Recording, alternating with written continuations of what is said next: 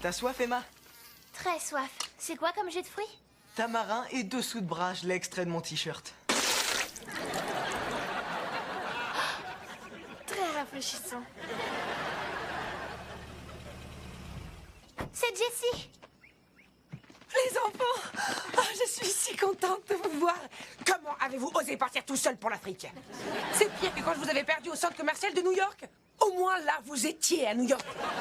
Tout ça, c'est la faute de Bertrand. Il nous a fait croire que tu étais venu ici. Et cette fois, vous avez écouté, mais le week-end où je suis resté enfermé à hurler dans la salle de bain, personne n'a rien entendu. Mais si on avait entendu.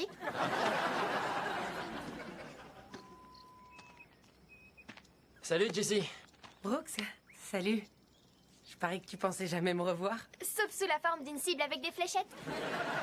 Oui, à propos, je comprends très bien.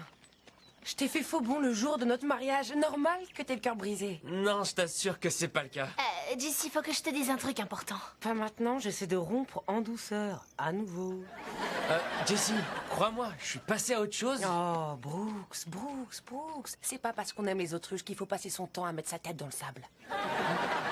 On peut remettre cette discussion à plus tard. Je dois finir de réparer l'enclos pour empêcher le rhinocéros de sortir. En plus, les moustiques d'ici sont énormes. Le dernier avait une selle sur le dos. Qui a utilisé la batterie de ma perceuse pour faire un attrape-mouche? C'est moi qui ai réussi ce tour de force. Bravo, t'as épuisé la batterie, je peux plus m'en servir. Et c'est Ravi qui a réussi ce tour de force. Tant pis pour l'enclos, il faut s'en aller avant que le soleil se couche. Sinon, il se passe quoi? On servira de petit déjeuner au lion. Et il n'en laisse jamais une miette. Tous en voiture. Tous en voiture.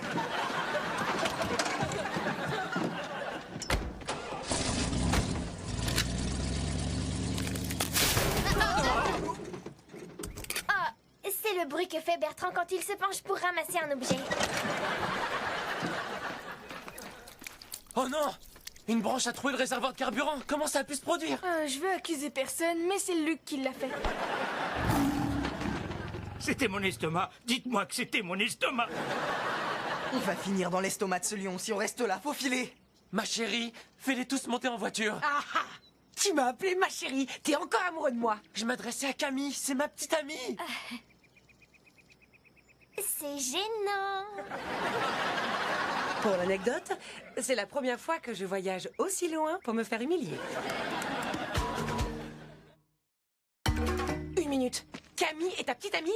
On peut vraiment dire que t'as pas perdu de temps après notre mariage? On s'est pas mariés et c'est toi qui es parti. Mais alors pourquoi tu m'as envoyé un mot d'amour? Tu parles du mail qui disait « J'espère que tout va bien pour toi ». J'ai lu entre les lignes. Il y en avait qu'une. Je vous l'avais dit. Et j'ai envoyé le même message à une centaine d'amis. Oh oui, c'est ça. Bon, alors arrêtons de parler de ça. Changeons de sujet.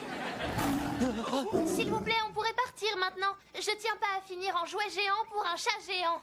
Si on n'a aucun moyen de trouver du carburant, on est coincé là. Ce qu'il faudrait, c'est de la matière organique, c'est-à-dire des excréments d'animaux qu'on peut transformer en combustible, permettant la propulsion. Sport Émile Cunis. Lequel de ces mots tu comprends pas? Ravi a raison. Je pourrais modifier le moteur pour transformer les déjections en énergie. En d'autres termes, tu veux faire un moteur marchant à la crotte. Oh, j'ai saisi. C'est comme la fois où j'ai fait avancer mon skateboard grâce à mes gaz. Non, ça n'a rien à voir. Je propose qu'on jette Luc en pâture au lion et qu'on en profite pour se sauver. Bertrand et les enfants, restez dans la voiture. Nous, on va ramasser des crottes.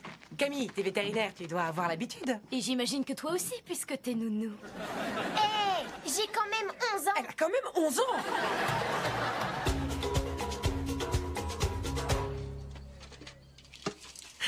T'aurais pu me prévenir que t'avais une petite amie quand même. Et toi que tu venais me rendre visite? Je suis pas venue te rendre visite.